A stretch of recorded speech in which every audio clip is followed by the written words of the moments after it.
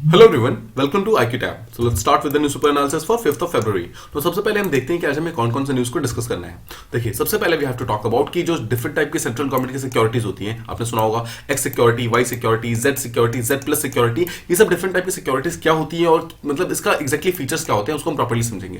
तो question comes कि क्या ये हमारे प्रीलिम्स के लिए इंपॉर्टेंट है या फिर नहीं है। देखिए, आपने अगर इस साल का प्रीलिम्स का पेपर देखा होगा, उसके अंदर एक क्वेश्चन पूछा हुआ था अबाउट जो जुडिशियल कस्टडी होती है वर्सेस जो डिफरेंट टाइप की पुलिस कस्टडीज होती है, उसके बारे में क्वेश्चन पूछा हुआ। तो पॉइंट इज कि अगर judicial custody versus police custody का क्वेश्चन पूछा जा सकता है ना, तो कहीं ना कहीं ऐसे क्वेश्चन भी पूछे जा सकते हैं। ठीक है, इसलिए ये चीज काफी इंपॉर्टेंट होती है। इसके जितने फीचर्स है, इसलिए हम उसको प्रॉपर्ली डिस्कस करेंगे। नाउ सेकंड चीज, हम बात करेंगे कि आंध्र प्रदेश के अंदर एक फ्लोटिंग सोलर पावर प्लांट है, हम उसके बारे में प्रॉपर्ली समझेंगे। Third, we have to talk about Assam के अंदर जो गोल्डन लंगूर्स का जो हैबिटेट है ना, वहां पर एक पर्टिकुलर एरिया के अंदर एक एरिया को वाइल्ड लाइफ सेंचुरी बनाने की बात की जा रही है, बट वहां के जो लोग हैं उसको लगातार अपोज कर रहे हैं। तो एक्जैक्टली क्या रीजन है कि उसको चीज को अपोज किया जा रहा है। सेकंड चीज, गोल्डन लंगूर होते क्या है और किस टाइप के हैबिटेट्स में रहते हैं, हम हर एक चीज को प्रॉपर्ली समझेंगे। And finally will talk about जो मिलेट्स होते हैं। देखिए, मिलेट्स को हिंदी में बोला जाता है बाजरा। जो बाजरा होता है उसको recently mid day meal scheme के अंदर लॉन्च किया जा रहा है, उसको इंट्रोड्यूस किया जा रहा है ताकि बच्चों का जो न्यूट्रिशियस जो बेसिकली बच्चों का जो न्यूट्रिशन का लेवल है उसको और ज्यादा इंक्रीज किया सके, उसको इंप्रूव किया सके। ठीक है, तो ये चारों चीजें हैं जिसके बारे में हमें प्रॉपर्ली डिस्कस करना है। Let's move on to the first one that we have to talk about. It is about कि जो डिफरेंट टाइप की गवर्नमेंट सिक्योरिटीज होती हैं, स्पेशली जो सेंट्रल गवर्नमेंट प्रोवाइड करती है, उसे कौन कौन ले सकता है, किस किस को मिल सकती है। तो कॉन्टेक्स्ट ये है कि रिसेंटली जो ओवैसी हैं उन्होंने ये बोला है कि उन्होंने जेड सिक्योरिटी को रिसेंटली रिजेक्ट कर दिया था। देखिए, ये चीज हमारे काम का नहीं है, आपको बस कॉन्टेक्स्ट समझाना था, आप समझ गए। पॉइंट इज कि अब यहां से हम समझते हैं कि ये Z security in different type की जो सिक्योरिटीज है एक्जैक्टली वो होती क्या है। पहला क्वेश्चन जो दिमाग के अंदर आता है, तो क्या किसी भी पर्सन को जिसको मतलब कोई भी खतरा होगा तो क्या सेंट्रल गवर्नमेंट उसे सिक्योरिटी प्रोवाइड करेगी? नहीं, ऐसा बिल्कुल भी नहीं होता है। देखिए, जो ये डिफरेंट टाइप के सिक्योरिटीज होते हैं, उन्हें अगर एक साथ अगर आप एक सिंगल टर्म देंगे तो उन्हें वीआईपी सिक्योरिटीज कहा जाता है। मतलब वीआईपी सिक्योरिटी के अंदर X security, Y security, Z plus security, ये जितने भी सिक्योरिटीज है ना, उन सबको वीआईपी सिक्योरिटी कहा जाता है एक साथ में। और नॉर्मली ये उन्हीं पर्सन को दिया जाता है जो कि वीआईपीज होते हैं। वीआईपी का मतलब क्या है? Very important person. ठीक है, तो वेरी इंपॉर्टेंट पर्सन कौन हो सकते हैं? या तो वो पर्सन गवर्नमेंट के अंदर कोई ऑफिसर वगैरह हो, या फिर कोई ऑफिशियल हो, या फिर वो सिविल सोसाइटी के अंदर कोई ना कोई इंपॉर्टेंट पर्सन हो, तो उन्हीं को ये जो गवर्नमेंट सिक्योरिटी डिफरेंट टाइप की सिक्योरिटीज है वो उनको मिल सकता है। ठीक है, अब देखिए, ऐसा बोला जाता है कि जो सेंट्रल गवर्नमेंट होती है वो मतलब देखिए, सेंट्रल गवर्नमेंट ऐसा कभी नहीं चाहती है कि हर एक पर्सन आकर यहाँ पर हमसे सिक्योरिटी मांगना स्टार्ट कर दे और हम हर एक पर्सन को यहाँ पर सिक्योरिटी देना स्टार्ट कर दे।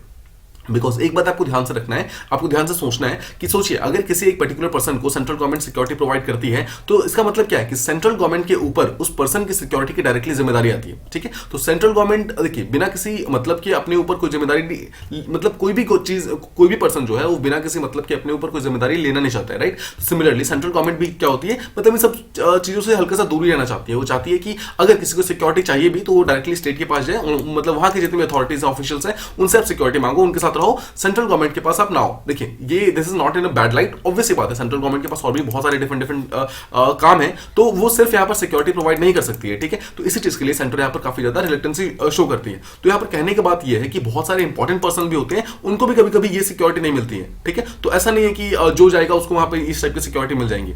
नाउ सेकंड चीज आपको ये ध्यान रखना है, अब किसी पर्सन को अगर ये एक्स वाई जेड या जेड प्लस टाइप की सिक्योरिटी मिल भी जाती है, तो एक्जैक्टली कौन डिसाइड करेगा कि इसको कौन सी सिक्योरिटी मिलेगी? That will be decided by ministry of home affairs.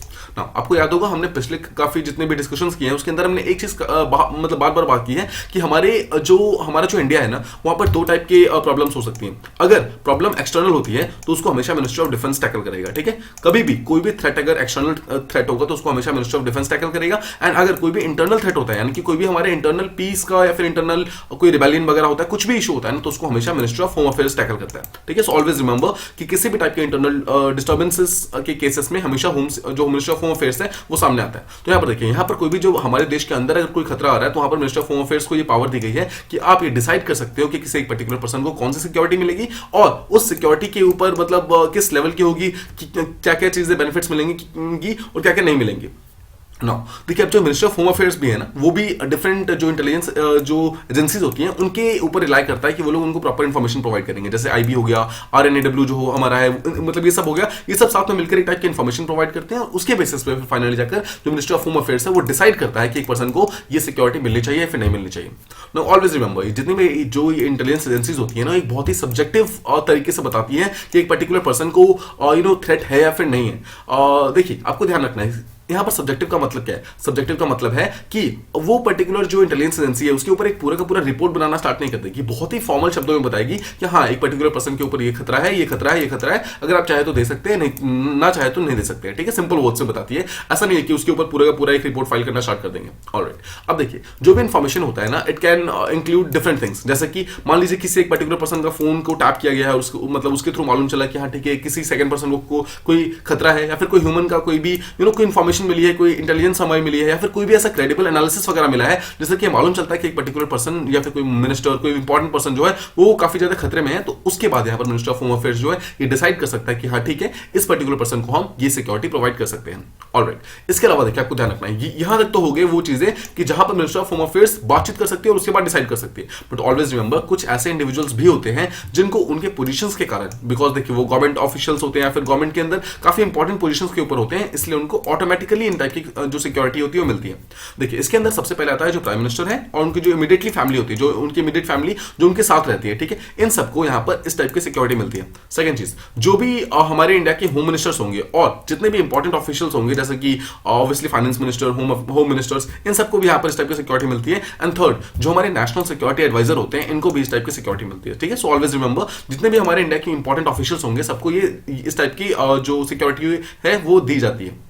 Now always remember कि ये जो डिफरेंट टाइप की सिक्योरिटीज होती हैं टोटल 6 टाइप की होती हैं। First is called as X, then Y plus, ठीक है, देखिए एक्स एक हो गया एक्स, देन है वाई और वाई प्लस, देन है Z, then Z plus, and finally we have SPG security यानी कि स्पेशल प्रोटेक्शन ग्रुप।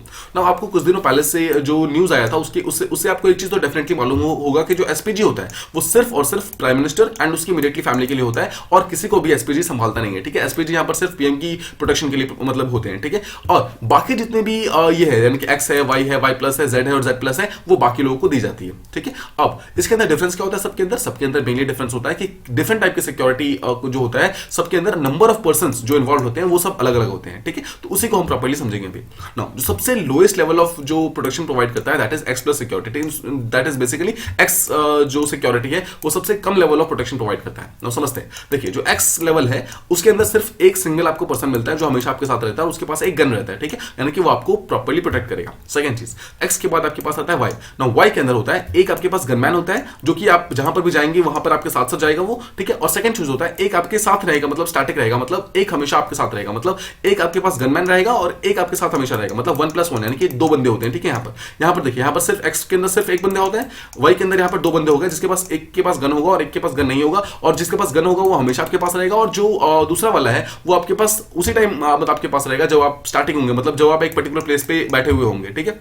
और इसके अलावा देखिए वाई में 2 तो हमेशा आपके पास सिक्योरिटी में रहेंगे और 4 लोग हमेशा यहाँ पे रोटेशन में रहते हैं, मतलब रिजर्व में रहते हैं, ताकि इन 2 को कहीं पर भी मतलब जाना पड़े या फिर कोई भी काम वगैरह हो तो 4 में से कोई भी आके यहाँ पर काम कर सकता है। इसलिए वाई कैटेगरी जो होती है वो एक्स से ज्यादा बेटर होती है। नाउ जब वाई हो गया तो वाई के से ऊपर आती है Y plus category. Now Y plus के अंदर क्या होता है? देखिए यहाँ पर एक पर्सन था जिसके पास गन था, यहाँ पर 2 पर्सन होते हैं जिसके पास गन होते हैं, और इसके अलावा एक पर्सन ऐसा होता है जो कि हमेशा आपके घर के बाहर मतलब चौकीदारी करता है, ठीक है, आपको सिक्योरिटी प्रोवाइड करता है बेसिकली, ठीक है, सिंपल वर्ड्स में। नाउ तो आप समझ गए, एक्स के अंदर टोटल 1 पर्सन, वाई के अंदर total 2 person, know why plus के अंदर 2 यहां पर और 1 यहां पर, यानी कि टोटल 3 पर्सन। नाउ देखिए यहां तक तो बेसिकली मीडियम सिक्योरिटी थी, अब यहां से स्टार्ट होता है Z security. Now Z security का सीधा सा मतलब है जहां पर टोटल आपको 6 गनमैन मिलते हैं, ठीक है, 6 पर्सन मिलते हैं जो कि हमेशा आपके साथ रहते हैं, और 2 लोग ऐसे होते हैं जो हमेशा आपके घर के बाहर खड़े रहते हैं, ठीक है, आपको प्रॉपर्ली मतलब चेक करते रहते हैं। एंड फाइनली वी हैव जो टॉप मोस्ट सिक्योरिटी है that is called as Z plus security. Z plus security के अंदर 10 लोग हमेशा आपके आसपास मूव करते हैं, ठीक है, मोबाइल सिक्योरिटी मतलब जहां पर भी आप जाएंगे हमेशा 10 लोगों से आप घिरे हुए होंगे, प्लस 2 लोग हमेशा आपकी सिक्योरिटी के अंदर मतलब जो आपके रेसिडेंस है उसके बाहर हमेशा तैनात रहते हैं आपकी प्रॉपर वो मतलब वो करने के लिए, ठीक है, आपको प्रॉपर्ली चेक वगैरह करने के लिए, आपको ऊपर कोई भी खतरा ना आने देने के लिए। तो आई होप आपको एक्जैक्टली समझ आ गया कि जो डिफरेंट टाइप की सिक्योरिटीज होती है वो कैसे कैसे काम करती हैं।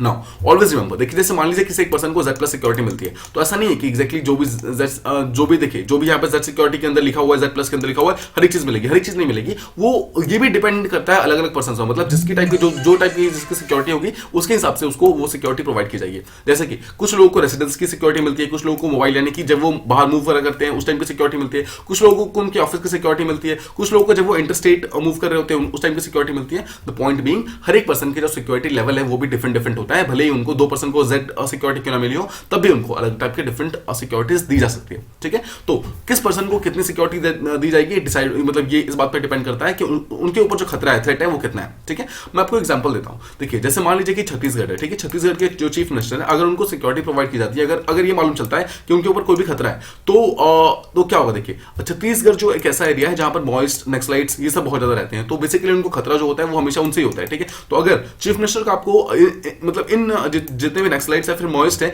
इनसे बचाना है, तो सबसे पहले देखिए आप उनको रेजिडेंस सिक्योरिटी दीजिए, मतलब कि आप उनके घर के बाहर ज्यादा लोग वहां पर रखिए हमेशा। सेकंड चीज, जहां पर भी वो बाहर जाते हैं उनके साथ हमेशा मोबाइल सिक्योरिटी रखिए। ठीक है, तो यहां पर देखिए उनको सिर्फ रेजिडेंस और मोबाइल सिक्योरिटी चाहिए, बाकी जो सिक्योरिटीज है वो उनको नहीं चाहिए, बिकॉज इंटरस्टेट सिक्योरिटी वो सब नहीं चाहिए, बिकॉज अभी उनको सिक्योरिटी जो चाहिए, जो इमीडिएट सिक्योरिटी चाहिए, वो उनको घर का और उनके आसपास का है। ठीक है, सो मतलब यहां पर एक समझाने की मतलब ये है कि जो जैसा होगा उस पर्टिकुलर सिचुएशन के हिसाब से सिक्योरिटी डिसाइड की जाती है, ये प्री डिसाइडेड नहीं होता है।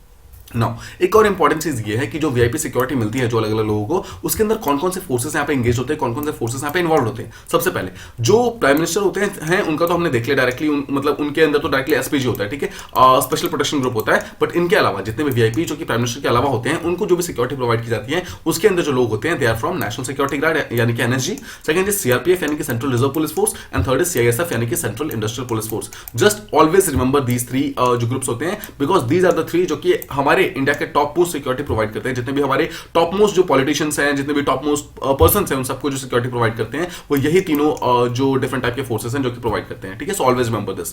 नाउ इसके अलावा जो गवर्नमेंट है वो ये धीरे धीरे मतलब बातचीत कर रहा है, पिछले 2-3 सालों से हो रहा है कि जो एनएसजी है, नेशनल सिक्योरिटी ग्रुप है, उसको इस पर्टिकुलर चीज से बाहर निकालना है, इस चीज से बाहर निकालना है। बिकॉज देखिए, एनएसजी जो है ना, एनएसजी का मेन, एनएसजी को बनाया इसलिए गया था ताकि जो काउंटर टेररिज्म का जितना भी ऑपरेशन है, मतलब जो आतंकवाद से मतलब अगेंस्ट फाइट करने के लिए मतलब इनको बनाया गया था, इसलिए बनाया नहीं गया था कि जो डिफरेंट टाइप के सिक्योरिटीज हैं, मतलब उनको जो वीआईपी हैं उनको बेसिकली ये लोग घूमते रहे, मतलब उनके साथ साथ घूमते रहे, ऐसा बिल्कुल भी नहीं बनाया गया था। ठीक है, तो आपको ध्यान रखना है, एनएसजी का मेन काम था यहाँ पर काउंटर इंसर्जेंसी करना, काउंटर टेररिज्म को करना, मतलब उनको आतंकवाद से लड़ना है, ना कि वीआईपी को यहाँ पर बचाना है। ठीक है, तो एक पर्सनल गार्ड्स की तरह उनको ना रख करके, मतलब एक प्रॉपर एक उनको एक जो भी उनका मेन काम है, मतलब वो टेररिज्म से फाइट करते हैं, तो उनको टेररिज्म के अगेंस्ट रखना, that is the main method, इसलिए एनएसजी को हटाने की बात की जा रही है। तो the final thing that comes here is कि एग्जैक्टली जो भी सिक्योरिटी प्रोवाइड की जाती है उसको बदले में पे कौन करता है, मतलब क्या जो लोग होते हैं उनको पे करना पड़ता है? नहीं। देखिए, फर्स्ट चीज तो ये है कि गवर्नमेंट अगर चाहे तो किसी पर्सन को फ्री ऑफ कॉस्ट ये सिक्योरिटी प्रोवाइड कर सकती है, इसका सारा का सारा खर्चा गवर्नमेंट ऑफ इंडिया खुद उठाती है। ठीक है, लेकिन यहाँ पर कंडीशन ये है कि मान लीजिए किसी एक पर्सन को इलैबोरेटेड सिक्योरिटी कवर मतलब दिया गया है, इसका मतलब है मान लीजिए जेड या फिर जेड प्लस दिया गया है। आपको याद है जेड के अंदर 6 लोग थे और जेड प्लस के अंदर टोटल 10 + 2 लोग थे। ठीक है, मतलब इतने लोग थे, मतलब यहाँ पर 12 लोग तो है। तो यहाँ पर अगर कोई पर्सन आपके रेजिडेंस के बाहर रह रहा है, ठीक है, आपके साथ हमेशा रह रहा है, तो ऑब्वियस सी बात है, आपके फर्ज बनता है कि आप उनके रहने का इंतजाम, आप उनके खाने पीने का इंतजाम प्रॉपर्ली करो। ठीक है, तो आपको ध्यान रखना है, जहां पर भी किसी को जेड सिक्योरिटी या फिर जेड प्लस सिक्योरिटी दी जाएगी, तो उसकी खाने पीने का और रहने का इंतजाम जो है वो पर्सन खुद करता है जिसको सिक्योरिटी प्रोवाइड की गई है।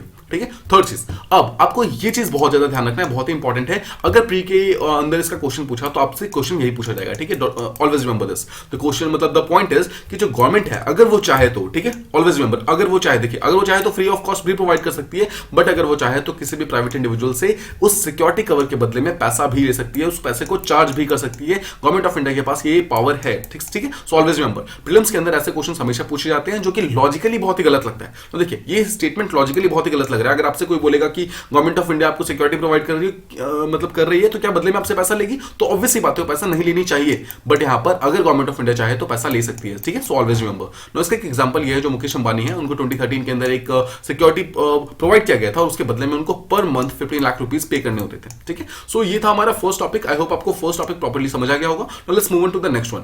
देखिए, ये जो हमारा नेक्स्ट टॉपिक है, इट इज काइंड ऑफ बहुत ही डायनामिक टॉपिक है। आपको ये चीज ध्यान रखना है कि एक देखिए, जो सोलर पावर प्लांट्स होते हैं ना, वो डिफरेंट टाइप के बनाए जा सकते हैं। ऑन लैंड होता है, ठीक है, ऑन जो क्या बोलते हैं, ऑन शोर होता है, जहां पर जो मतलब जहां पर समुद्र स्टार्ट होता है, जहां पर सी होता है उसके जस्ट पास में होता है। एक ऑफ शोर होता है, ऑफ शोर का मतलब बिल्कुल समुद्र के बीच में होता है। सो जो डिफरेंट टाइप के होते हैं ना, उसी में से एक जो टाइप है, मतलब एक ही टाइप है, that is called floating solar power plant, जिसके अंदर क्या होता है, जो सोलर पावर प्लांट्स होते हैं वो रिवर्स के अंदर लगाए जाते हैं। इसी के बारे में हम अभी बात करने वाले हैं। देखिए सबसे पहले आपको ध्यान रखना है कि हम किस पर्टिकुलर सोलर पावर प्लांट के बारे में बात कर रहे हैं। वी आर टॉकिंग अबाउट मुदरसर लोवा रिजर्वायर के अंदर, जो कि विशाखापट्टनम यानी कि तमिलनाडु जो आंध्र प्रदेश के अंदर प्रेजेंट है, वहां पर ये पर्टिकुलर रिजर्वायर प्रेजेंट है। इसी के अंदर एक फ्लोटिंग सोलर पावर प्लांट को बनाया गया है। ठीक है, आपको चीज ध्यान रखना है, काफी इंपॉर्टेंट होता है ना। यहाँ पर देखिए आपको यहाँ पर दो चीजें ध्यान रखनी है। फर्स्ट चीज कि जो फ्लोटिंग सोलर पावर प्लांट है ये इस पर्टिकुलर रिजर्वायर के ऊपर है, और सेकंड चीज ये पर्टिकुलर जो पावर प्लांट है ये आंध्र प्रदेश के अंदर प्रेजेंट है। और सेकंड चीज आपको ध्यान रखनी है वो ये है कि मुदरसर लोवा जो रिजर्वायर है ये अपने आप में आंध्र प्रदेश के अंदर प्रेजेंट है। ठीक है, तो आपको दोनों चीज ध्यान रखनी है। तो ये जो पावर प्लांट है ऑब्वियसली ये मतलब इसने काम करना स्टार्ट कर दिया है, और ये माना जा रहा है कि जितना ये एक बार में कैपेसिटी जनरेट कर सकता है that is around 2000 kilowatt hours. ठीक है, इतना ये इलेक्ट्रिसिटी को प्रोड्यूस कर सकता है। तो ये जो पर्टिकुलर रिजर्वायर है, ये रिजर्वायर देखिए सिर्फ यहाँ पर इलेक्ट्रिसिटी के काम नहीं आता है, इसके अलावा जो आसपास के जितने भी विलेजेस वगैरह हैं उसको almost 1 million gallons drinking water provide करता है एवरी सिंगल डे, इसीलिए भी काफी ज्यादा इंपॉर्टेंट होता है। ठीक है, आपको ध्यान रखना है। नाउ ये जो फ्लोटिंग पावर प्लांट्स होते हैं ये हमेशा बहुत ही इको फ्रेंडली होते हैं। इको फ्रेंडली इसलिए होते हैं बिकॉज देखिए अगर किसी लैंड के ऊपर नहीं हो तो आपको यहाँ पर कोई भी इंडस्ट्रीज वगैरह बनाने की जरूरत नहीं है। इंडस्ट्रीज नहीं बनाएंगे तो यहाँ पर किसी भी टाइप का पॉल्यूशन वगैरह नहीं होता है। ठीक है, इसलिए बहुत ही ज्यादा इको फ्रेंडली है, एनवायरमेंट फ्रेंडली है। और सेकंड चीज देखिए सिर्फ पावर ही प्रोड्यूस नहीं करेगा बट साथ ही साथ वो जो पर्टिकुलर एरिया है, वो पर्टिकुलर जो ये जो रिवर है यहां पर पानी को बचाने में हेल्प करेगा, बिकॉज ये इवापोरेशन का जो परसेंटेज है वो बहुत ज्यादा रिड्यूस कर देगा। देखिए कैसे रिड्यूस करेगा, आप ध्यान से अगर इस इमेज को देखेंगे, सोचिए अगर ये पर्टिकुलर एरिया डायरेक्टली सन के मतलब हीट के अंदर है तो क्या होगा, ऑटोमेटिकली यहां से इवापोरेशन वगैरह स्टार्ट हो जाएगा। बट इस पर्टिकुलर एरिया के अंदर जहां पर एक्चुअली पावर प्लांट लगाया गया है, जहां पर एक्चुअली पावर प्लांट फ्लोट कर रहा है, तो देखिए इसके नीचे भी वाटर प्रेजेंट है, राइट। इस पर्टिकुलर प्लेस के नीचे भी वाटर प्रेजेंट है, बट ये वाटर एक्चुअली डायरेक्टली सन के कांटेक्ट के अंदर नहीं है। इसलिए इस पूरे रीजन से क्या होता है, ये जो इवेपोरेशन है उसको बहुत बुरी तरीके से रिड्यूस कर देता है। ठीक है, बहुत ही ज्यादा रिड्यूस करता है। उसके कारण क्या होता है, वाटर का कंजर्वेशन यहाँ पर काफी ज्यादा मतलब इंक्रीज हो जाता है। मतलब despite being in Andhra Pradesh, यानी कि हम ट्रॉपिक्स के काफी ज्यादा पास है आंध्र प्रदेश, और उसके बावजूद यहाँ पर फ्लोटिंग मतलब यहाँ पर जो इवेपोरेशन है वो बहुत ज्यादा नहीं होता है। ये भी एक बहुत बड़ा फायदा है इस पर्टिकुलर सोलर प्लांट का। ठीक है, आपको ये भी चीज ध्यान रखनी है ना। ये जब भी ऐसा होता है तो ये इलेक्ट्रिसिटी बिल को भी काफी ज्यादा रिड्यूस कर देता है, बिकॉज देखिए मेंटेनेंस में बहुत ज्यादा पैसे नहीं लगते हैं, इसलिए जो डिस्कॉम्स यानी कि जो डिस्ट्रीब्यूटिंग कंपनीज है वो भी ज्यादा पैसे चार्ज नहीं करती है। नाउ नेक्स्ट चीज आपको ध्यान रखना है कि ये फ्लोटिंग सोलर पावर प्लांट जो है this is not the first जो कि आंध्र प्रदेश में बनी। नाउ आंध्र प्रदेश में बनने वाला ये पहला नहीं है, इससे पहले वेस्ट बंगाल में, केरला में और डिफरेंट स्टेट्स के अंदर ऑलरेडी फ्लोटिंग पावर प्लांट्स मतलब बन चुके हैं, वहां पर काम कर रहे हैं। उसी चीज को यहाँ पर आगे बढ़ाते हुए, उस चीज को और ज्यादा यूज करते हुए रिसेंटली आंध्र प्रदेश के अंदर भी इसको रिसेंटली यूज किया गया है। ठीक है, बट यहाँ पर बोला जा रहा है कि जो मुदस्सर लोवा जो प्रोजेक्ट है, मतलब ये जो पर्टिकुलर पावर प्लांट है, this is expected to be the biggest of all. मतलब जितने भी ये बने हुए हैं उन सबसे लार्जेस्ट बनाने की बात की जा रही है। और बात मतलब और एक बात ये भी की जा रही है कि देखिए जितना भी जो बेसिकली डिफरेंट टाइप की जो सोलर एनर्जीज होती हैं, जो डिफरेंट टाइप के सोलर पैनल्स होते हैं जो कि ऑन लैंड होते हैं, यानी कि देखिए ऑन लैंड मतलब क्या, जमीन के ऊपर, ऑन रूफ होते हैं जो घरों के रूफ के ऊपर बनाए जाते हैं, उन सबसे ज्यादा एफिशिएंट होगा अगर एक हम सोलर पावर प्लांट को फ्लोटिंग पावर प्लांट मतलब बना सके। तो मतलब अगर उसे पानी के अंदर रखे, उसे फ्लोट कराए, तो वो ज्यादा ऑब्वियसली पावर को प्रोवाइड कर सकता है, मतलब ज्यादा वो एफिशिएंटली काम कर सकता है एज कंपेयर टू अगर हम किसी भी पर्टिकुलर सोलर प्लांट को अगर हम ऑन लैंड रखते हैं या फिर उन्हें ऑन रूफ रखते हैं।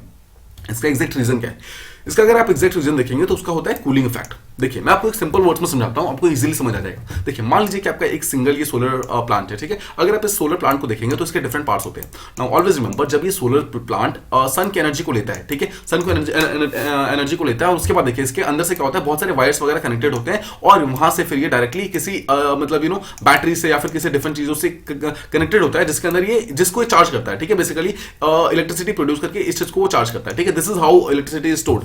नाउ आप इसको समझिए, अगर सोचिए अगर ये यहाँ पे इलेक्ट्रिसिटी को प्रोड्यूस करेगा, यानी कि इलेक्ट्रिसिटी को प्रोड्यूस करने का मतलब क्या है, इलेक्ट्रिसिटी को प्रोड्यूस करने का सीधा सा मतलब है कि वो हीट को प्रोड्यूस करेगा, राइट। हीट प्रोड्यूस करेगा, देखिए बिकॉज देखिए इलेक्ट्रिसिटी का एक जो सिंपल सा बाय प्रोडक्ट होता है that is always a heat. ठीक है, अब यहां से अगर इलेक्ट्रिसिटी को प्रोड्यूस करता है तो उससे हमेशा हीट जो है वो एक टाइप के एक बाय प्रोडक्ट की तरह हीट हमेशा निकल जाएगी। उसके कारण बहुत सारा जो इलेक्ट्रिसिटी होता है ना वो यहां पर बर्बाद हो जाता है, वेस्ट हो जाता है उस हीट को कंजर्व करने के चक्कर में। ठीक है, आई होप आप इस चीज को समझ रहे हैं। ऑन लैंड या फिर ऑन रूफ अगर आप कोई भी पावर प्लांट लगाते हैं, मतलब अगर आप कोई भी सोलर प्लांट लगाते हैं, तो उसके आसपास अगर आप एरिया देखेंगे ना काफी ज्यादा हॉट हो जाता है, काफी ज्यादा गर्म हो जाता है। उसका रीजन क्या होता है, बिकॉज ये पर्टिकुलर पावर प्लांट जो है तो होता है वो इलेक्ट्रिसिटी को मतलब जब बनाता है उस टाइम वो काफी ज्यादा हीट को भी रिलीज कर रहा होता है एज अ बाई प्रोडक्ट। ठीक है, अब देखिए अगर आप सेम चीज यहां पर वाटर के अंदर लगाते हैं तो वाटर के अंदर वो जो कूलिंग इफेक्ट है ना वो ऑटोमेटिकली प्रोवाइड होता है, बिकॉज नीचे आपके पानी होता है, राइट, नीचे आपके वाटर होता है। वो वाटर नीचे होने के कारण जो कूलिंग कूलिंग इफेक्ट है ना वो नीचे से ऊपर की तरफ आता है, उसके कारण ये जो सोलर प्लांट है ना ये बहुत ज्यादा हीटअप नहीं हो पाता है।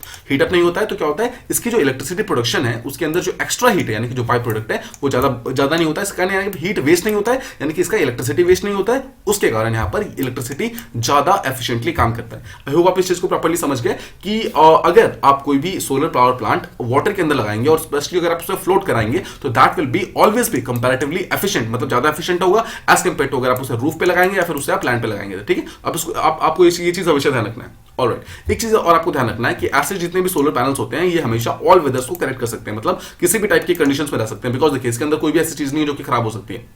राइट, एक चीज जो हमने पहले देख लिया कि ये इको फ्रेंडली है, ठीक है, तो ये काफी ज्यादा हेल्पफुल है। इसके अलावा 11 करोड़ रुपए लग रहे हैं इस चीज को बनाने में और इसकी टोटल जो जनरेशन कैपेसिटी है दैट इज अराउंड 2000 kWp की, ठीक है, किलोवाट पावर की इसकी वो है। नाउ आपको एक चीज और ध्यान रखना है, देखिए ये जो रिसेंटली फ्लोटिंग बेसिस है और जो फ्लोटिंग बोर्ड्स है ये इनको ऑलरेडी इंस्टॉल किया जा चुका है। ठीक है, आप इस इमेज के अंदर देख सकते हैं इसका जो इंस्टॉलेशन है मतलब ये ऑलरेडी कंप्लीट हो चुका है। ठीक है, देखिए कंप्लीट हो चुका है। अब इसको धीरे धीरे बस को स्टार्ट करने के बाद ये इसको कुछ दिनों के अंदर स्टार्ट भी कर दिया जाएगा। ठीक है, और just remember this particular thing. Now इसके अलावा बोला गया है कि जो भी ये सोलर पावर्स है ना उसके नीचे वाले पार्ट में वहां पर बैट लाइक स्ट्रक्चर्स बने हुए हैं। बैट लाइक स्ट्रक्चर का मतलब क्या है, जैसे मान लीजिए कि जैसे नीचे की तरफ वाटर है, ठीक है, अब वाटर है उसके ऊपर जब आपने फ्लोटिंग ये प्लांट लगाया है उसके नीचे क्या किया आपने, एक टाइप का कुशन एक प्रोवाइड किया, ठीक है, एक कुशन प्रोवाइड किया। तो इसका मतलब क्या है, क्यों उसको एक टाइप का कुशन प्रोवाइड किया गया? कुशन इसलिए प्रोवाइड किया गया कि कल को मान लीजिए किसी भी कारण से अगर उस पर्टिकुलर एरिया का वाटर यहाँ पर पूरी तरीके से खत्म हो जाता है तो ये जब ये पर्टिकुलर प्लांट जाकर directly base of the river के ऊपर अगर टकराएगा तो वहां पर उसको कोई भी डैमेज नहीं होना चाहिए, इसलिए एक यहाँ पर सॉफ्ट कुशन प्रोवाइड किया गया नीचे के साइड में।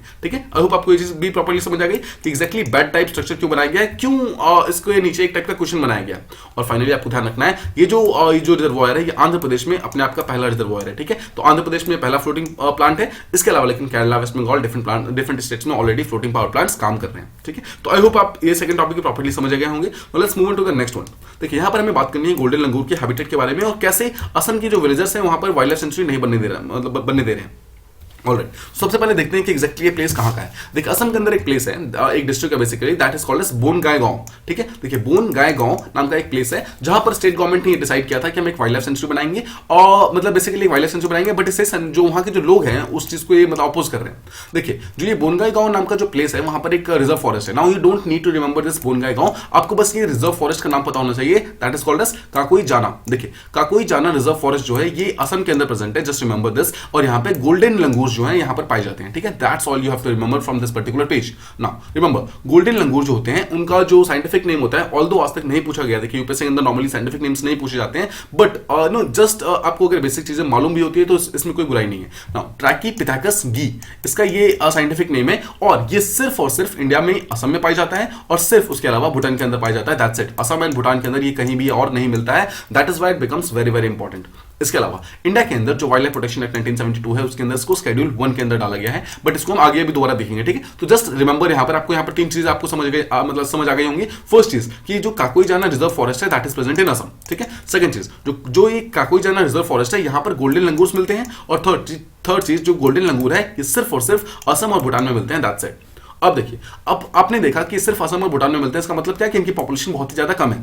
पॉपुलेशन कम होने के कारण ये वर्ल्ड के 25 मोस्ट इंडेंजर्ड प्राइमेट्स के अंदर मतलब की एक लिस्ट के अंदर है। तो व्हाट आर प्राइमेट्स बेसिकली आप बंदर्स को बोल सकते हो। ठीक है, जितने भी मंकीज के डिफरेंट जो प्रजाति होती है उनका एक जो सिंपल जीनस है that is called as primate. ठीक है, सिंपल वर्ड्स में आप समझिए कि जितने भी बंदर होते हैं उनको साइंटिफिकली प्राइमेट्स बोला जाता है। ठीक है, ऑलराइट, वर्ल्ड के जो 25 सबसे ज्यादा जो इंडेंजर्ड बंदर्स है ना उनके अंदर ये एक गोल्डन लंगूर की भी आता है। ठीक है, आपको ये भी ध्यान रखना है। नेक्स्ट चीज, अब असम का जो फॉरेस्ट डिपार्टमेंट है उसने ये डिसाइड किया था कि ये वाला जो काकोई जाना जो रिजर्व फॉरेस्ट है उसके आसपास का जितना भी एरिया है ना उन सबको एक वाइल्ड लाइफ सेंचुरी में डिक्लेयर कर देंगे ताकि ये जो गोल्डन लंगूर है ना इसके हम हैबिटेट को यहाँ पर कंजर्व कर सके और इनको हम और ज्यादा वो कर सके, बचा के रख सके। ठीक है, लेकिन यहाँ के जो विलेजर्स है ना वो इस चीज को लगातार अपोज कर रहे हैं। उनका कहना यह है कि पिछले 25 सालों से ये विलेजर्स जो है इन्होंने खुद इस पर्टिकुलर चीज को प्रोटेक्ट किया है, मतलब गोल्डन लंगूर्स को उन्होंने प्रोटेक्ट किया। इसके अलावा जो ये पर्टिकुलर रिजर्व फॉरेस्ट है इसको भी उन्होंने मतलब पिछले 25 साल से लगातार बचा रहे हैं। तो अचानक से अगर आप आके हमारे इस एरिया के अंदर अपना इंक्रोच कर लोगे और आप इसको वाइल्ड लाइफ सेंचुरी डिक्लेयर कर दोगे और फिर जिस विलेजर्स ने 25 सालों तक इन लोगों को बचाया है, मतलब इन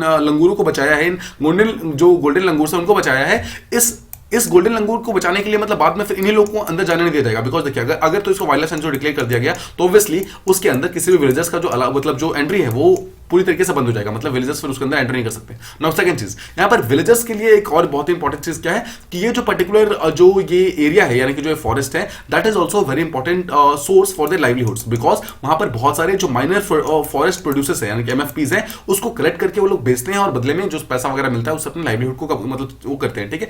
अब यहां से अगर आप इस पर्टिकुलर फॉरेस्ट के अंदर इन लोगों को जाना मतलब जाने से मना कर दोगे तो ऑब्वियसली इनको प्रॉब्लम होगी। इसी चीज के लिए लोग यहाँ पे मना कर रहे हैं कि आप यहाँ पर वाइल्ड लाइफ सेंचुरी मत बनाइए, हम इन चीजों को यहाँ पर कंजर्व कर लेंगे, ठीक है। सो यहां पर मैं चाहता हूं कि आप यहां पर इन कम्युनिटीज का नाम याद रखो। नाउ आपको याद होगा इस पर्टिकुलर साल के प्रीलिम्स यानी 2021 के प्रीलिम्स में 3 चीजों के नाम पूछे हुए थे, वो 3 नेम्स लिखे हुए थे, and then there was a question that asked कि ये ट्राइबल लैंग्वेजेस हैं या फिर ये ट्राइबल नेम्स हैं या फिर ट्राइबल डांसेस है, क्या है एग्जैक्टली, ठीक है। तो इस टाइप के क्वेश्चन दोबारा पूछे जा सकते हैं। सो जस्ट रिमेंबर कि Koch Rajbongshi, second is Boro, third is Garo, fourth is Rabha and fifth is Gorkha.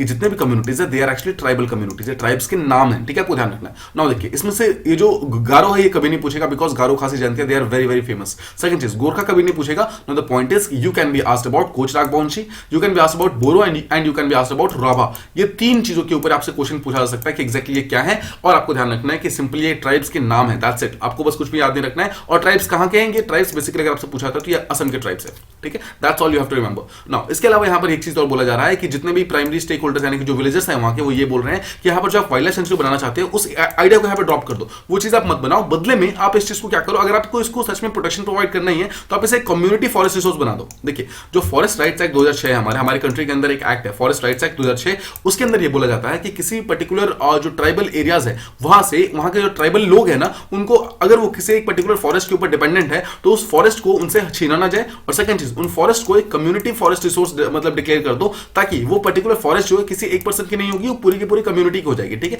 तो यही डिमांड कर रहे हैं कि अगर आपको सच में इसकी प्रोटेक्शन प्रोवाइड करनी है तो आप इसे वाइल्ड लाइफ सेंचुरी मत बनाइए, आप इसके बदले में कम्युनिटी फॉरेस्ट रिसोर्स बना दीजिए। तो जितने भी लोग हैं इस पर्टिकुलर कम्युनिटी के, देखिए जो कोच राजबोंशी है, बोरोज हैं, गारोज हैं, जो राभाज हैं या फिर गोरखाज हैं, जितनी कम्युनिटीज यहाँ पे इस पर्टिकुलर एरिया के अंदर रहती है, वो सब के सब साथ में मिलकर इस पर्टिकुलर गोल्डन लंगूर्स को और जो एरिया है उसके आसपास को उसको प्रॉपर्ली प्रोटेक्ट कर लेंगे, ठीक है। इसके अलावा जो विलेजर्स है उनका यह भी कहना है कि फॉरेस्ट के अंदर कुछ ऐसे एरियाज हैं जिसे वो बहुत ही सीक्रेट मानते हैं, ठीक है, बहुत ही होली मानते हैं, इसलिए उस पर्टिकुलर एरिया की जो सैंक्टिटी है, मतलब जो होलीनेस है, उस चीज को मेंटेन करने के लिए वहां पे कोई और नहीं जाए तो बेटर है। वहां पर जो ट्राइबल लोग हैं, जो मतलब ये जो डिफरेंट कम्युनिटीज है, वो खुद जाकर वहां पर उस चीज को संभाल लेंगे, ठीक है। अब देखिए इसके अलावा एक चीज और बोला गया है कि जो आसपास की जो different joint forest management committees है वो बहुत ही अच्छा काम कर रही है, अभी तक उन्होंने फॉरेस्ट को बहुत अच्छे तरीके से बचाया है। देखिए इसके बदले में कुछ यहाँ पे डेटा भी शो किया है, जो विलेजर्स है उन्होंने ये बोला है कि जितने भी लोकल लोग हैं उन्होंने बहुत ही अच्छे तरीके से कंजर्वेशन किया है, जहां पर ये जो पर्टिकुलर फॉरेस्ट है, यहाँ की जो फॉरेस्ट कैनपी है वो बहुत ज्यादा रिड्यूस हो गई थी। तो first of all what is this particular ये कैनपी क्या होता है? देखिए कैनपी का सीधा सा मतलब है, अगर एक मान लीजिए ट्री है तो ट्री के ऊपर देखिए ये उसका वो होते हैं पत्ते होते हैं, ठीक है। मान लीजिए सेकंड ट्री है और उसके भी पत्ते ऐसे हैं। अब कैनपी का सीधा सा मतलब है कि अगर आप ऊपर से देखेंगे, ऊपर से अगर आप एरियल व्यू देखते हैं तो आपको क्या सिर्फ पत्ते दिखते हैं, मतलब ये पत्ते कितने घने हैं, ठीक है, सिंपल वर्ड्स में कितने घने हैं, that is called as canopy. मतलब अगर आप देखेंगे, अगर आपको पत्ते को छोड़कर नीचे की जमीन भी दिखती है तो इसका मतलब होता है कि कैनोपी मतलब ज्यादा वो नहीं है, ठीक है, ज्यादा कैनोपी नहीं है। बट अगर आप इतनी ज्यादा यहाँ पर पत्ते हो जाए, मतलब मान लीजिए कि यहाँ पर ट्रीज है, यहाँ पे ट्रीज है, इतने ज्यादा यहाँ पर पत्ते हो जाए कि चीजें ऊपर से नीचे ना दिखे, तो इसका मतलब होता है कि कैनोपी बहुत ज्यादा डेंस है, ठीक है। देखिए ऐसा बोला जा रहा है कि स्टार्टिंग में जो उसकी कैनोपी थी वो बहुत ज्यादा रिड्यूस हो गई थी, मतलब 5% के आसपास हो गई थी। बट इन फॉरेस्ट के जो आसपास जो विलेजर्स हैं उन्होंने एक्चुअली मिलकर साथ में काम करके इस चीज को इंक्रीज करके 70% तक पहुंचा दिया। इसका मतलब क्या है, इतने सारे उन्होंने ट्री को अफॉरेस्टेशन किया है, बहुत सारे ट्री को मेंटेन किया है, उसे कारण ट्री काफी ज्यादा कंजर्व हुई है और वहां तक पहुंच पाई है। और इसलिए, और सेकंड चीज ये भी है कि जो आसपास जो गोल्डन लंगूर्स वगैरह है उनकी पॉपुलेशन बहुत ज्यादा डिक्लाइन हो गई थी, उनकी पॉपुलेशन 100 के आसपास आ गई थी, बट उसको इंक्रीज करके उन्होंने 600 के आसपास पहुंचाया है। तो ये सारा का सारा काम जो विलेजर्स है उन्होंने किया है, तो आप अचानक से उनसे ये पर्टिकुलर हक नहीं छीन सकते, ठीक है। तो ये था हमारे आज का न्यूज। अब हम सेकंड चीज जो गोल्डन लंगूर है उसके बारे में समझते हैं कि एक्जैक्टली गोल्डन लंगूर्स होते कौन है। नाउ फर्स्ट ऑफ ऑल आपको ध्यान रखना है, गोल्डन लंगूर का नाम गोल्डन इसलिए है बिकॉज उनका फर्स होते हैं, उनका जो कलर होता है दैट इज गोल्डन कलर। इस इमेज को ध्यान से देखिए, ये अगर आप देख सकते हैं दिस इज गोल्डन लंगूर, और आप इनका जो एंटायर फर देख सकते हैं ना, दिस इज गोल्डन कलर, ठीक है, इसलिए इसका नाम गोल्डन लंगूर रखा गया है।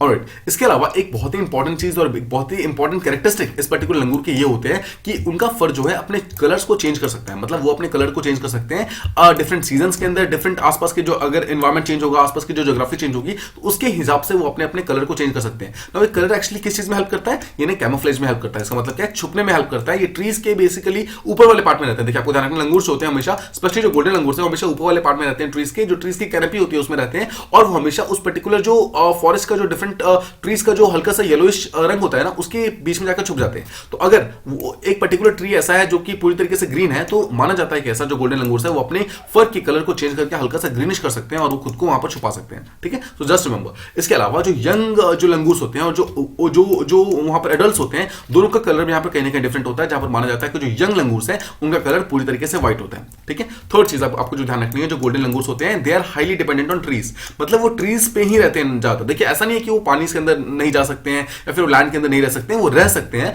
बट वो बेसिकली ज्यादातर डिपेंडेंट होते हैं ट्रीज के ऊपर। वो ज्यादातर ट्रीज के ऊपर ही रहना पसंद करते हैं, स्पेशली ट्रीज का जो टॉप मोस्ट पार्ट होता है, जहां पर सबसे ज्यादा जो मतलब सबसे ज्यादा जो पत्ते वगैरह होते हैं ना, वहां पर रहते हैं, बिकॉज वहां पर वो छुप के रहते हैं। ठीक है, सो आपको एक चीज यहाँ पर ये चीज समझ आ गई होगी कि ये बहुत ही ज्यादा शाई होते हैं, मतलब बहुत ज्यादा शर्मीले होते हैं, ये नॉर्मली ह्यूमन हैबिटेशन के सामने नहीं आते हैं, इसलिए इनको लीफ मंकीज बोला जाता है, बिकॉज ये ज्यादातर लीफ के अंदर मतलब पत्तों के बीच में रहते हैं। सो ऑलवेज रिमेंबर, अगर आपसे पूछा जाता है कि which of the particular animals are called as leaf, ठीक है, लीफ के साथ किसको संबोधित किया जाता है, तो दे आर नॉर्मली लंगूर्स, या फिर जो गोल्डन लंगूर्स हैं उनको यहाँ पर लीफ मंकीज बोला जाता है। ठीक है, सो just remember this particular static fact. Now इसके अलावा हम इसके हैबिटेट को समझते हैं। देखिए अगर आप हैबिटेट देखेंगे तो देखिए ये वाला this is top most is Arunachal Pradesh and this वाला पार्ट इज असम। तो असम का जो वेस्टर्न पार्ट है यहाँ पर ही पाया जाता है। इसके अलावा देखिए वेस्टर्न असम के अलावा ये देखिए वेस्टर्न असम इंडिया के अंदर this is the only place जहां पर ही पाया जाता है। इसके अलावा एक थोड़ा सा पॉपुलेशन इसकी भूटान के अंदर पाई जाती है। So this is the only area, यानी देखिए this is the only area जहां पर गोल्डन लंगूर्स पाए जाते हैं। इसके अलावा अगर आप इसका एग्जैक्टली अगर आप एरिया बनाना चाहते हैं कि कहां पर पाए जाते हैं, तो ये देखिए स्टार्टिंग में भूटान से स्टार्ट करता है, मतलब ये भूटान के यहां से स्टार्ट करता है, उसके बाद ये मानस रिवर जो ईस्टर्न साइड में है,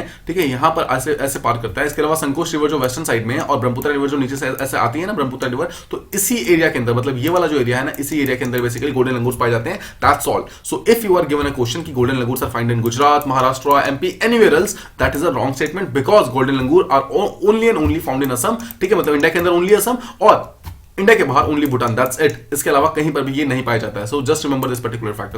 ओके, इसके अलावा फाइनली हम बात करते हैं कि एग्जैक्टली थ्रेट्स क्या है इनके। देखिए थ्रेट्स सबसे पहली चीज तो ये है कि जैसा हमने यहां पर देखा कि ये सिर्फ इसी एरिया के अंदर पाए जाते हैं। इसका मतलब क्या है कि इस एरिया से बाहर नहीं निकल सकते हैं। ठीक है, तो अगर जितना मर्जी इस पर्टिकुलर एरिया का जो कोई भी अगर एनवायरमेंट खराब भी हो जाए ना, उसके बावजूद इस पर्टिकुलर एरिया से बाहर नहीं निकल सकते हैं। ठीक है, सबसे बड़ी दिक्कत तो इनकी यही है कि ये एक पर्टिकुलर जगह पर फंस के रह गए हैं। ठीक है, तो अपने एरिया के अंदर अपने एरिया से बाहर ना निकलने मतलब नहीं निकल पाते हैं, उसके कारण यहाँ पर कहीं ना कहीं एक्सटेंशन की तरफ हो जा रहे हैं। सेकंड चीज, जहां वो रहते हैं वहां पर बहुत सारा हैबिटेट उनका फ्रेगमेंट हो गया, मतलब स्पेशली बहुत सारा फॉरेस्ट जो है वो टूट गया है, बहुत सारे ट्रीज वगैरह हट गए हैं, उसके कारण पे उनको जो देखिए जैसा हमने देखा था पीछे, जो भी गोल्डन लंगूर्स होते हैं हमेशा ट्रीज के टॉप मोस्ट पार्ट पे रहते हैं। सोचिए अगर ट्रीज ही नहीं रहेगा तो फिर टॉप मोस्ट पार्ट कैसे रहेगा, राइट? इसलिए उनका जो हैबिटेट है वो पूरी तरीके से टूट वगैरह गया है, फ्रेगमेंट हो गया है, उसके कारण भी वो अपने आप को प्रॉपर्ली सस्टेन नहीं कर पा रहे हैं। एंड थर्ड चीज जो सबसे बड़ी प्रॉब्लम यहां पर आ रही है, दैट इज इनब्रीडिंग, मतलब उन्होंने अपने खुद की फैमिली, मतलब देखिए इसका सिंपल सा रीजन यह है कि पॉपुलेशन ही नहीं है। पॉपुलेशन नहीं होने के कारण जो देखा गया है कि गोल्डन लंगूर्स अपने खुद के फैमिली, स्पेशली जो अपनी खुद की कम्युनिटी है, उसके अंदर उन्होंने इनब्रीडिंग करना स्टार्ट कर दिया है। एंड ऑलवेज रिमेंबर, जब भी इनब्रीडिंग होगा ना, सो ऑलवेज रिसेसिव जीन्स होते हैं वो हमेशा बाहर आते हैं। नाउ देखिए this is a different topic of discussion, आपको इसे बिल्कुल समझना नहीं है सब, आपको बस फिलहाल ध्यान रखना है कि इनब्रीडिंग जो होता है ना, inbreeding is not good, scientifically अच्छी बात नहीं होती है। ठीक है, मतलब साइंटिफिकली सही नहीं होता है। मतलब इसका मेन रीजन ये होता है कि जो हमारे जो डिफरेंट पॉपुलेशन होता है सबके अंदर एक दो टाइप के जीन्स होते हैं। ठीक है, आप शॉर्ट में समझिए, दो टाइप के जीन्स होते हैं, one is called as dominant genes and second is called as recessive genes. जो रिसेसिव जीन्स होते हैं ना, नॉर्मली वो बाहर नहीं आते हैं, बट जब भी इनब्रीडिंग होती है these recessive genes they come out और वो खुद को एक्सप्रेस करते हैं, जिसके कारण डिफरेंट टाइप के जेनेटिक डिजीज वगैरह सामने आ सकती है। ठीक है, सो जस्ट रिमेंबर, इसके कारण भी बहुत सारे जेनेटिक डिजीज जो है वो गोल्डन लंगूर्स के अंदर आ गया है, उसके कारण उनके बहुत सारी जो लंगूर्स है उनकी डेथ हो गई है। ठीक है, देन हम बात करते हैं कि एग्जैक्टली कौन कौन से कंजर्वेशन एफर्ट्स लगाए गए हैं। 2011 के अंदर क्या हुआ था, जो हमारे सेंट्रल जू अथॉरिटी है जो कि दिल्ली के अंदर प्रेजेंट है, उन्होंने असम का जो स्टेट जू है उसको ये मतलब उसको ये डायरेक्ट किया था, उनको बोला था कि आप गोल्डन लंगूर को प्रॉपर्ली कंजर्व करने के लिए, प्रोटेक्ट करने के लिए एक कंजर्वेशन सेंटर बनाओ। ठीक है, फर्स्ट चीज तो ये, तो सेंट्रल जू अथॉरिटी असम की जू अथॉरिटी को बोलता है कि आप गोल्डन लंगूर को प्रोटेक्ट करो। 2011 में हुआ था। ठीक है, सेकंड चीज 2019 में, देखिए ये तो हो गया इंडिया के लिए। इसके अलावा जो भूटान है, भूटान के अंदर जो पॉपुलेशन है बहुत ज्यादा डिक्लाइन हो गई थी, उस चीज को यहां पर उन्होंने कंजर्व करने की बात की थी। नाउ बोला जाता है कि 2009 के आसपास में इनका जो टोटल पॉपुलेशन था that was around 5140, but Covid के कारण अभी रिसेंटली इसका 10 साल के बाद यानी कि 2019-2020 के आसपास का टोटल सेंसस होने वाला था, बट ये सेंसस नहीं किया गया because of Covid. But point is कि इसकी पॉपुलेशन लगातार डिक्लाइन होती जा रही है, इसलिए इसका जो हम डिफरेंट स्टेटस है उसको हम देख लेते हैं। नाउ दिस स्टेटस देखिए, जब भी आपको इस टाइप के स्टेटस मिलेंगे ना, तो for your prelims examination always remember just one, यानी कि सिर्फ IUCN। डोंट देखिए नॉर्मल केसेस में कभी भी साइट्स या फिर WPA नहीं पूछा जाता है, but always remember this is UPSC examination, तो ये अगली बार क्या पूछ देगा ये किसी को मालूम नहीं है। So this is not 100% surety कि नहीं पूछेगा, बट द पॉइंट इज कि अभी तक जितने भी क्वेश्चन पूछे गए हैं उसके अंदर सिर्फ और सिर्फ IUCN का स्टेटस ही पूछा गया है। अभी तक नॉर्मली साइट्स या फिर WPA का स्टेटस नहीं पूछा गया है। देखिए there have been several question जहां पर पूछा गया है कि साइट्स का एग्जैक्टली प्रोविजंस क्या होते हैं, कि मतलब अगर कोई एक एनिमल साइट्स के अंदर है तो उसका मतलब क्या है, या फिर अगर किसी एक पर्टिकुलर एनिमल को शेड्यूल 1 ऑफ WPA के अंदर रखा गया उसका मतलब क्या है, फिर शेड्यूल 2 के अंदर रखा गया उसका मतलब क्या है। बट द पॉइंट इज कि अभी तक कोई भी ऐसा क्वेश्चन नहीं पूछा गया है जिसके अंदर कोई कौन सा एनिमल किस WPA के अंदर है, फिर कौन सा साइट्स के अंदर ये क्वेश्चन पूछा जाए, ऐसा नहीं पूछा गया है। ठीक है, सो अगर आप प्रीवियस ईयर पेपर्स की नॉर्मल एनालिसिस को देखेंगे तो just go for IUCN status, that is more than enough. ठीक है, ये हो गया हमारा थर्ड टॉपिक। आई होप आपको ये चीज प्रॉपर्ली समझ आ गई होगी। Now let's move to the final topic जिसके बारे में बात करनी है, दैट इज अबाउट मिलेट्स। ठीक है, मिलेट्स को रिसेंटली जो मिड डे मील स्कीम है उसके अंदर उसको इंट्रोड्यूस किया गया, इसको स्टार्ट किया गया। देखिए कॉन्टेक्स्ट ये है कि गवर्नमेंट ऑफ इंडिया ने रिसेंटली डिसाइड किया है कि जो मिलेट्स होते हैं उसको मिड डे मील स्कीम के अंदर स्टार्ट करेंगे। तो यहाँ पर पहले मैं आपको दो चीजें समझाता हूँ एक्जैक्टली मिलेट्स क्या होते हैं, एंड सेकंड चीज मिड डे मील स्कीम क्या है। देखिए पहले देखते हैं मिड डे मील स्कीम क्या है। आप मिड डे मील स्कीम के बारे में आपने नॉर्मल चीज आपको बेसिक चीजें मालूम ही होगी कि जितने भी गवर्नमेंट स्कूल्स है, स्पेशली जो विलेजेस का एरिया है या फिर जो रूरल एरियाज है, उस गवर्नमेंट स्कूल्स के अंदर जितने भी बच्चे वगैरह आते हैं, जो पुअर बच्चे होते हैं, ठीक है, जो रूरल हाउस के आते हैं, उनको एक प्रॉपर एक टाइम का खाना प्रोवाइड किया जाता है। ठीक है, that is called as mid day meal. तो मिड डे मील का मतलब क्या है, दिन के बीच में, यानी कि normally this is lunch time. ठीक है, लंच का एक खाना प्रोवाइड किया जाता है। ओके, फर्स्ट चीज। सेकंड चीज कि मिलेट्स क्या होता है। अच्छा ठीक है, एक चीज और कि mid day meal scheme recently बंद कर दिया गया है। ठीक है, मिड डे मील स्कीम को एक्चुअली बंद नहीं किया गया, उसका नाम चेंज कर दिया गया। ठीक है, तो उसका नाम चेंज करके रखा गया है PM Poshan scheme. So always remember, अगर आपसे क्वेश्चन आता है कि mid day meal scheme has been close, so yes it has been closed, और उसको एक्चुअली रिप्लेस कर दिया गया by new scheme that is called as PM Poshan scheme. ठीक है, ओके। सेकंड चीज इज मिलेट्स। मिलेट्स होता क्या है ना, मिलेट्स इज बाजरा। ठीक है, हिंदी में अगर आप कहेंगे this is called as bajra, and this is very very very good. एक ऐसा क्रॉप है जो कि one of the most important crops of this particular era, आप इसे कह सकते हैं। ठीक है, बाजरा। ये जो बाजरा होता है इसके अंदर डिफरेंट चीजें होती हैं, रॉ मतलब ज्वार होता है, रागी होता है, बाजरा होता है, डिफरेंट चीजें, सबको मिलेट्स बोलते हैं। बट द पॉइंट इज, देखिए अभी हम इस पर्टिकुलर डिस्कशन के अंदर प्रॉपर्ली समझेंगे मिलेट्स क्या है, बट सबसे पहले आपको छोटे वर्ड्स में ये समझना है कि millets is a very very important crop. इतना इंपॉर्टेंट है कि मिलेट्स को यहां पर स्मार्ट क्रॉप बोला जाता है। ठीक है, स्मार्ट क्रॉप क्यों बोला जाता है, because this is one of the crops जो कि क्लाइमेट चेंज के सारे जो फैक्टर्स है उसको ये पूरी तरीके से सह सकता है, और जितना मर्जी हमारा जो अर्थ है वो वार्म हो जाए, बट इसके बावजूद वो उग सकता है। मतलब मिलेट्स यहां पर उग सकते हैं, यानी कि मिलेट्स जो है एक बहुत ही इंपॉर्टेंट न्यूट्रिशन का सोर्स हो सकते हैं आज से 50 साल के बाद, आज से 100 साल के बाद,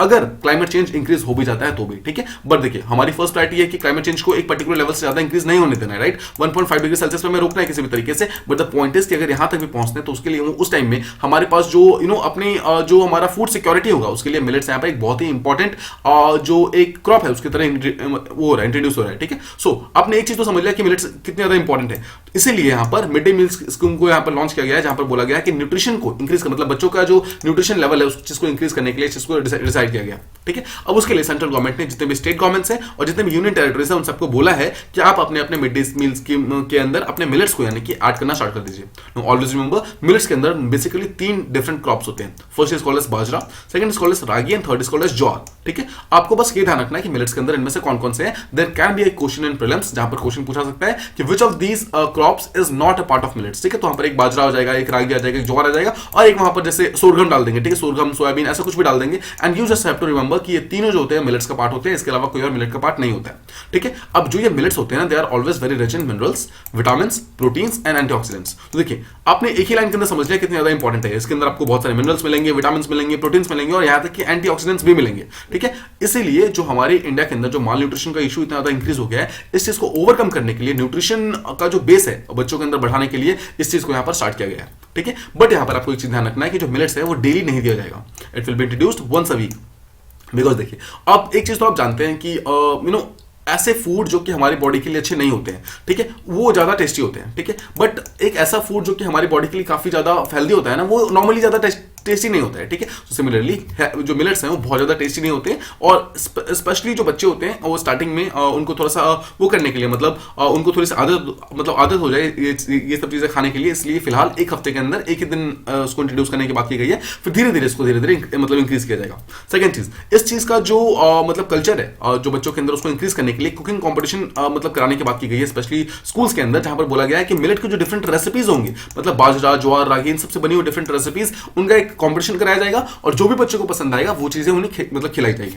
इसके अलावा बोला गया है कि छोटी छोटी वीडियोस बनाई जाएंगी, वो वीडियोस जो होगा वो बच्चों को दिखाया जाएगा, जो कि शो करेगा कि मिलेट्स की इंपॉर्टेंस क्या है, ठीक है। तो क्या इंपॉर्टेंस है उसको हमने प्रॉपर्ली बात कर लिया, और थोड़ी देर में फिर से बात करेंगे ना। इसके अलावा जो नीति आयोग है उन्होंने 3 स्टेट्स का नाम लिया है। उन्होंने बोला है कि ओडिशा, कर्नाटका एंड तेलंगाना, ये तीनों स्टेट्स ऐसे हैं जो कि अपनी अपनी जो मिड डे मील स्कीम का जो उन्होंने जो डिफरेंट टाइप के स्कीम्स लॉन्च किए हैं, they are very very good, और पूरे कंट्री को यानी कि पूरे इंडिया को इन चीजों को शेयर करना चाहिए, मतलब इन चीजों को फॉलो करना चाहिए। तो आपको ध्यान रखना है कि जो बच्चों को जो खाना पहुंचाना है यानी कि न्यूट्रिशन का जो प्रोग्राम है, उसके अंदर ओडिशा, कर्नाटका एंड तेलंगाना ये काफी ज्यादा अच्छे हैं, ठीक है, आपको ध्यान रखना है। ओके, नेक्स्ट चीज, अब क्वेश्चन कम्स कि मिड डे मील स्कीम के अंदर हम मिलेट्स को इंट्रोड्यूस करने की बात तो कर रहे हैं, बट द पॉइंट इज कि अभी क्या मिलता है? अभी मिलता है 3 टाइप के foods. First is called as rice यानी कि चावल, सेकंड इज व्हीट यानी कि गेहूं यानी कि रोटी, and third is called as coarse grains यानी कि सिंपल आपको दाल या फिर सब्जी मिलती है। अब ये जो भी फूड ग्रेन्स होते हैं ये हमेशा स्टेट गवर्नमेंट एलोकेट करती है। Just remember this particular thing कि स्टेट गवर्नमेंट जो होती है वो देती है, जो खाना वगैरह है वो स्कूल्स को प्रोवाइड करती है, और जो मतलब देखिए जो स्टेट गवर्नमेंट्स है, जो यूनियन टेरिटरीज है, वो अपना खाना खुद लेती है। सेकंड चीज, जो भी पैसा होता है ना इस पर्टिकुलर खाने का, दैट पैसा is given by central government of India, ठीक है। सो सेंट्रल गवर्नमेंट क्या करती है? स्टेट गवर्नमेंट को और यूनियन टेरिटरीज को पैसा देती है, और बदले में जो स्टेट गवर्नमेंट से यूनियन टेरिटरीज है वो आगे जाकर उसको मतलब जो स्कूल्स को खाना वगैरह प्रोवाइड करती है, स्पेशली खाना नहीं अनाज प्रोवाइड करती है, ठीक है। अब जब भी स्टेट गवर्नमेंट स्कूल्स वगैरह को एलोकेट करेगी, खाना प्रोवाइड करेगी, तो it has to be approved by department of food and public distribution, ठीक है। इस पर्टिकुलर डिपार्टमेंट से परमिशन लेनी होती है, उसके बाद ही ये चीज को आगे किया जाता है। उसके बाद ये डिपार्टमेंट जो है अलाउ जब करता है, तो स्टेट गवर्नमेंट जो होती है डिफरेंट टाइप के जो स्कूल्स हैं उनको प्रोवाइड करती है, और उसके बाद जो डिपार्टमेंट ऑफ स्कूल एजुकेशन है वो एक परमिशन प्रोवाइड करता है कि आप इस पर्टिकुलर फूड ग्रेन को डिस्ट्रीब्यूट कर सकते हो डिफरेंट स्कूल्स तक, और वो स्कूल्स फिर आके उस पर्टिकुलर चीज को यूज करते हैं, मिड डे मील का खाना बनाते हैं और बच्चों को खिलाते हैं। तो ये तो हमारा हो गया मेन टॉपिक, ठीक है। यहाँ पर हमारा टॉपिक मतलब फिनिश हो जाता है। अब यहां से मुझे आपको अगली 2 स्लाइड के अंदर समझाना है कि एग्जैक्टली मिलेट्स कितने ज्यादा इंपॉर्टेंट है, उसके हेल्थ बेनिफिट्स कितने ज्यादा है। नाउ देखिए, मैं इस चीज के ऊपर इतना ज्यादा स्ट्रेस इसलिए दे रहा हूं बिकॉज मिलेट जो है स्पेशली पिछले 2 सालों से काफी ज्यादा न्यूज के अंदर चल रहा है। स्पेशली इसे एक स्मार्ट क्रॉप बोला गया है, ठीक है। स्मार्ट क्रॉप यानी कि एक स्मार्ट एग्रीकल्चर के अंदर इसको यूज किया जाता है, इसलिए हमारे प्रीलिम्स के अंदर एक बहुत ही इंपॉर्टेंट हॉट टॉपिक की तरह ये इमर्ज हो सकता है, ठीक है। तो मिलेट्स की क्या क्या इंपॉर्टेंस है, बस आपको ये चीज ध्यान रखनी है, ठीक है। देखिए, आपको कुछ भी इसमें रटा नहीं मारना है, कुछ भी आपको याद नहीं करना है, बट सिंपली आपको बस समझ लेना है। फर्स्ट चीज, ये आपकी बॉडी को डिटॉक्सिफाई कर सकता है, मतलब आपकी बॉडी के अंदर किसी भी टाइप के जो टॉक्सिन्स या फिर जो गलत केमिकल्स हैं या फिर आपकी बॉडी के अंदर, उन सब चीजों को डिटॉक्सिफाई करके उसको आपकी बॉडी से बाहर निकाल सकते हैं। सेकंड चीज, अगर आपकी बॉडी के अंदर कोलेस्ट्रॉल लेवल काफी ज्यादा रिड्यूस हो गया है, बैड हो गया है, उस चीज को देखिए, हमारी बॉडी के अंदर 2 टाइप के कोलेस्ट्रॉल्स होते हैं, bad cholesterols and good cholesterols. तो जो बैड कोलेस्ट्रॉल का लेवल अगर हमारी बॉडी के अंदर इंक्रीज हो जाएगा तो उस चीज को रिड्यूस कर सकता है।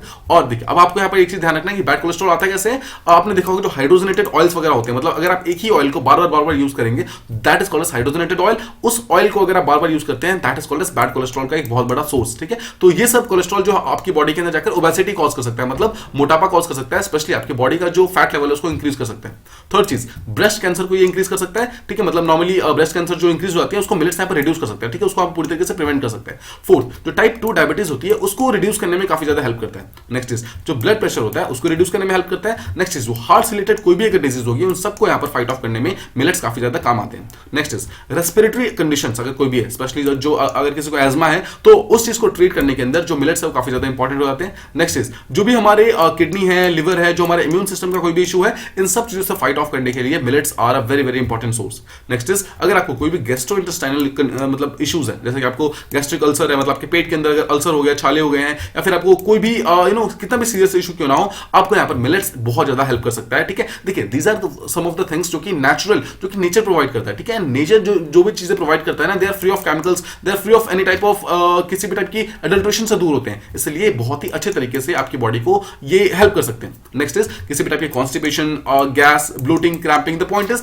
डे टू डे जो भी प्रॉब्लम्स वगैरह होती है ना, उस चीज को भी सॉल्व करने में millets can be a very very important source, ठीक है। अब देखिए, just remember this particular thing. Now millets के अंदर देखिए कितनी सारी चीजें पाई जाती हैं, you don't have to remember, ठीक है। First of all just remember कि आपको ये सब कुछ भी चीजें याद नहीं करनी है, जस्ट अंडरस्टैंड दिस, ठीक है। आप उसको 2 से 3 बार सुनेंगे या फिर दो से आप इसको कहीं सिंपली एक पेज पे नोट कर सकते हैं, आप उसे दो तीन बार आप उसको लगातार रीड कर सकते हैं and you will automatically remember all this things. देखिए इसके अंदर बहुत सारे न्यूट्रिएंट्स पाए जाते हैं जैसे carbohydrates, proteins, calories, dietary fibres, ठीक है। इसके अलावा विटामिन होते हैं जैसे कि थायमीन, नायासिन, फ्लोएट, विटामिन B6, ये सब के सब यहाँ पर मिलते हैं। इसके अलावा बहुत सारे मिनरल्स हैं जैसे कॉपर हो गया, फास्फोरस हो गया, मैग्नीशियम हो गया, आयरन, यानी कि every single thing is present in a single crop that is millets, ठीक है। तो just remember this particular thing. Now the final thing, देखिए मिलेट्स से आपको जब भी कोई मेंस के अंदर क्वेश्चन आएगा ना, तो you should have some content ready. तो यहां पर मेरे पास एक कंटेंट था जो कि रेडी था, तो ठीक है, I just try to incorporate this particular thing in this video. देखिए यहां पर मिलेट्स होगा, ये एक सस्टेनेबल एग्रीकल्चर के लिए एक बहुत ही इंपॉर्टेंट चीज है और ये आगे जाकर हमारे वर्ल्ड को एक हेल्दी बनाने में काफी ज्यादा हेल्प कर सकता है। देखिए इसके आपको 4 पॉइंट रेडी करने हमेशा, जब भी आप किसी को मतलब किसी भी चीज को मेंस के लिए रेडी कर रहे हो, जस्ट शुड हैव 5 की पॉइंट्स रेडी, ठीक है। हर एक की पॉइंट्स के अंदर टोटल 3 पॉइंट्स आपके पास रेडी रहने चाहिए and you are good to go. देखिए फर्स्ट चीज, जब भी आप मिलेट्स को लिखेंगे तो फर्स्ट चीज है food security, second is nutrition का ये सिक्योरिटी प्रोवाइड करेगा, थर्ड इज किसी भी टाइप के डिजीज से आपको सेफ्टी प्रोवाइड कर सकता है जैसा हमने बात की जस्ट, और fourth is economic security. No, जब आप फूड सिक्योरिटी समझेंगे तो ये आगे जाकर क्या है, जो हंगर वगैरह है, जो न्यूट्रिशन का इशू है, इन सब चीजों से फाइट ऑफ कर सकता है। सेकंड चीज क्लाइमेट स्ट्रेस जो हो गया, पेस्ट हो गया, डिजीज, इन सब चीजों से फाइट कर सकता है। इन सब चीजों से ये मतलब आगे लड़कर एक अच्छा क्रॉप की तरह एक अच्छा ऑप्शन प्रोवाइड कर सकता है। सेकंड चीज, अगर हमें न्यूट्रिशन सिक्योरिटी की बात करनी है तो हमने जैसा पीछे देखा इसके अंदर बहुत सारे कैल्शियम, मतलब iron, zinc, micro nutrients, every single thing is present.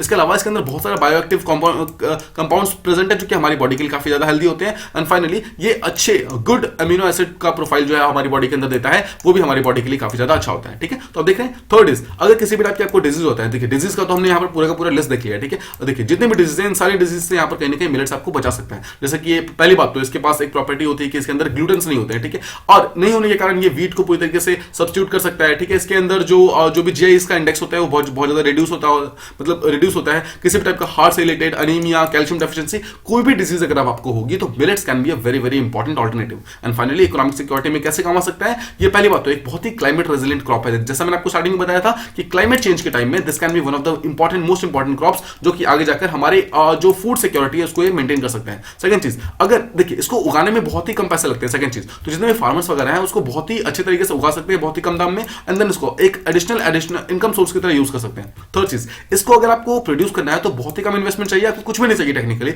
आपको सिर्फ इसके बीज चाहिए, कुछ भी नहीं चाहिए, ठीक है। आपको सिंपल एक नॉर्मल धूप चाहिए, आपको एक नॉर्मल बारिश चाहिए और ऑटोमेटिकली आपका ये जो मिलेट्स है वो आप उगा सकते हो। एंड फाइनली किसी भी टाइप के मतलब अलग टाइप के जो कोर्स ग्रेन है आपके पास, वीट है, राइस है, उनके साथ एक वैल्यू एडिशन की तरह आपको प्रोवाइड कर सकता है। और जो फार्मर्स का हमने जो एम रखा है कि 2022 तक हमें उनकी एक्चुअली इनकम को डबल करनी है, उस चीज के अंदर भी काफी ज्यादा हेल्प कर सकता है। तो ये था हमारा मिलेट्स के अंदर जितने भी चीजें हमने बात की। आई होप आपको ये टॉपिक एंड जितने भी टॉपिक्स हमने बाकी बात किया, आई होप आपको सारी चीजें प्रॉपर्ली समझ आ गई होंगी। आज से कुछ क्वेश्चन है जिसे आप ट्राई कर सकते हैं, ट्रू या फॉल्स के फॉर्म में आपको इसके आंसर देने हैं। The first question is that the government can charge a person for the Z-class security if it wants to. Second question is कि जो ये particular जो डैम था यानी कि मुदा सरलोवा floating power plant is the first power plant in India. Third is Koch, Rajbongshi and Rabha are the tribal languages of the people living in Assam. Fourth question is golden langurs are well known for their property of changing colors with environment. Fifth is food grains for the midday meal scheme is issued by the state while it is funded by the center. And the final question is that millets are one of the agricultural crops that can survive changing climate conditions. ठीक है, ये कुछ question है और जो कल के question थे उसे हम रिवाइज कर लेते हैं। The first question was Ducie Island is an overseas British territory located in Pacific Ocean. Yes, this is very true statement. आपको याद होगा हमने कल बात की थी कि पैसिफिक आइलैंड के बीच में जो पॉइंट नीमो है उसके जस्ट पास में एक डूसी आइलैंड नाम का एक आइलैंड लोकेटेड है, ठीक है। ये यूके यानी कि ब्रिटिश का डायरेक्टली टेरिटरी है। सेकंड इज कि पॉइंट नीमो जो है दैट इज अ प्लेस जहां से नासा के लिए लॉन्चेस और रिटर्न्स किए जाते हैं। Now this is a wrong statement because देखिए जितने भी सैटेलाइट्स ऐसे होते हैं जिनका लाइफ टाइम खत्म हो जाता है उसको पॉइंट नीमो के अंदर गिराया जाता है, क्रैश कराया जाता है। यहां से कोई भी लॉन्चेस वगैरह नहीं होते हैं, ठीक है, ना ही यहाँ पे कोई रिटर्न्स होते हैं, बट सिर्फ यहाँ पर क्रैश होते हैं। थर्ड इज कि एक जो 3D पॉलीमर होता है that is comparatively more stronger than a 2D polymer. Now this is also wrong statement. आपको याद होगा कल हमने बहुत ही डिटेल में इसके बारे में बात की थी कि जो एक 2D पॉलीमर होता है that is always and it will always be more stronger as compare to 3D polymer. Fourth is कि मेजॉरिटी ऑफ इंडियन एयरक्राफ्ट जो होते हैं वो स्टोबार लॉन्चिंग सिस्टम को यूज करते हैं। Now this is also wrong statement. Sorry, this is a very true statement. आपको याद होगा स्टोबार जो है बिल्कुल सही है बिकॉज कैटापुल्ट जो होता है it is comparatively a new technology. Catapult को अभी ज्यादा हमारे जो एयरक्राफ्ट कैरियर्स है वो यूज नहीं करते हैं, सिर्फ हमारा जो आईएनएस विक्रांत है वो इसको यूज कर रहा है।